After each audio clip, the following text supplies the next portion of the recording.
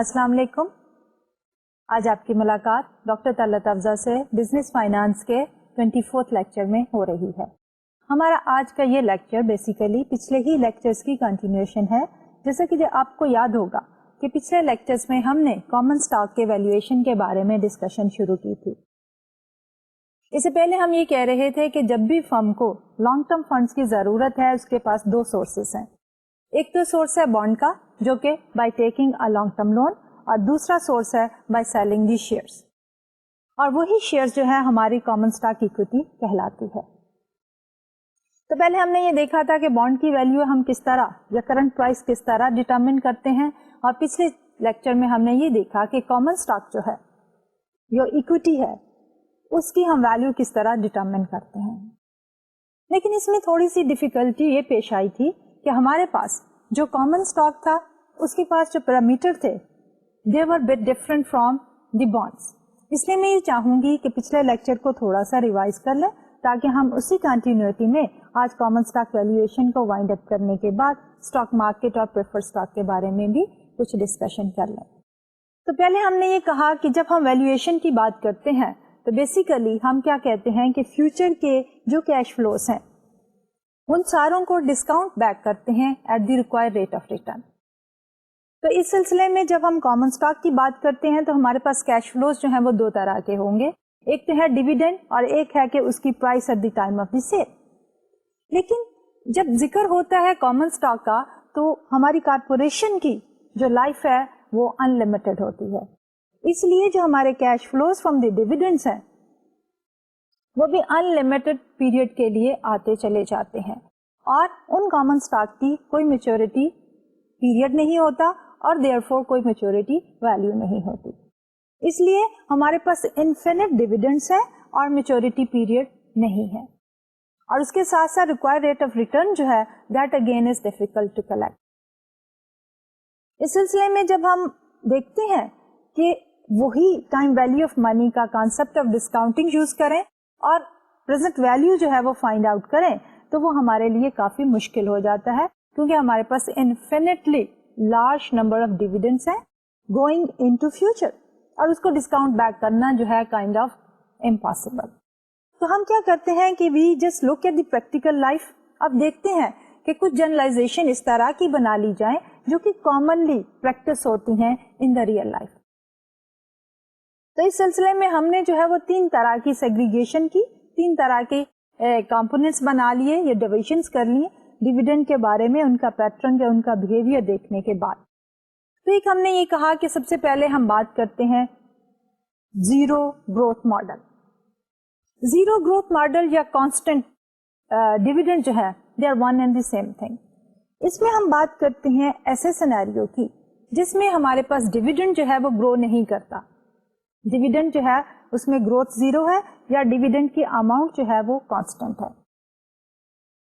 تو اس میں ہم نے یہ کہا کہ جب ہمارے پاس ڈیویڈینڈ کی amount for all time periods in future constant ہے تو ہمارے پاس ڈی ناٹ جو کہ کرنٹ ڈیویڈینڈ ہے that is equal to D one جو کہ ایک سال کے بعد کا ڈیویڈینڈ ہے، and that again is equal to D two جو کہ سیکنڈ ایئر کا ڈیویڈینڈ ہے. And it will keep on moving but the amount of the dividend will remain the same. تو اس سلسلے میں جب ہم دیکھتے ہیں کہ کیا ڈسکاؤنٹ ریٹ لیتے ہیں، آف کورس ہمارے پاس جو کامن اسٹاک ہولڈرز کا ریکوائرڈ ریٹ آف ریٹرن ہے ہم اس کو ڈسکاؤنٹ ریٹ کے طور پہ یوز کرتے ہیں. تو جب ہم ویلیویشن کی بات کرتے ہیں تو یہ سینیریو ہمارا جو کانسٹنٹ ڈیویڈینڈ کا ہے یا زیرو گروتھ کا ماڈل ہے وہ ریزمبل کرتا ہے ہماری ایک آرڈنری پرپیچوٹی کا. آپ کو یاد ہوگا کہ پرپیچوٹی کے بارے میں بھی ہم نے یہ کہا تھا کہ پرپیچوٹی جو ہے ایسا فلو آف انکم دیتی ہے جو فار ایور کنٹینیو کرتا ہے ان فیوچر، اور اس کا کوئی بھی جو ہے وہ میچورٹی ٹائم نہیں ہوتا. تو سمپلی جب ہم اس کو آرڈنری پرپیچوٹی کی شکل میں دیکھتے ہیں تو ہمارے پاس ایک بڑا ہی سمپل سا ماڈل آ جاتا ہے فار ڈسکاؤنٹنگ اور finding out the present value of these type of the common stocks. تو وہ فارمولا کیا ہے کہ P not which is value today is equal to D over the discount rate which is R. اب یہ D جو ہمارا is D naught is equal to D1, D2, D3, all the D's are equal to one another.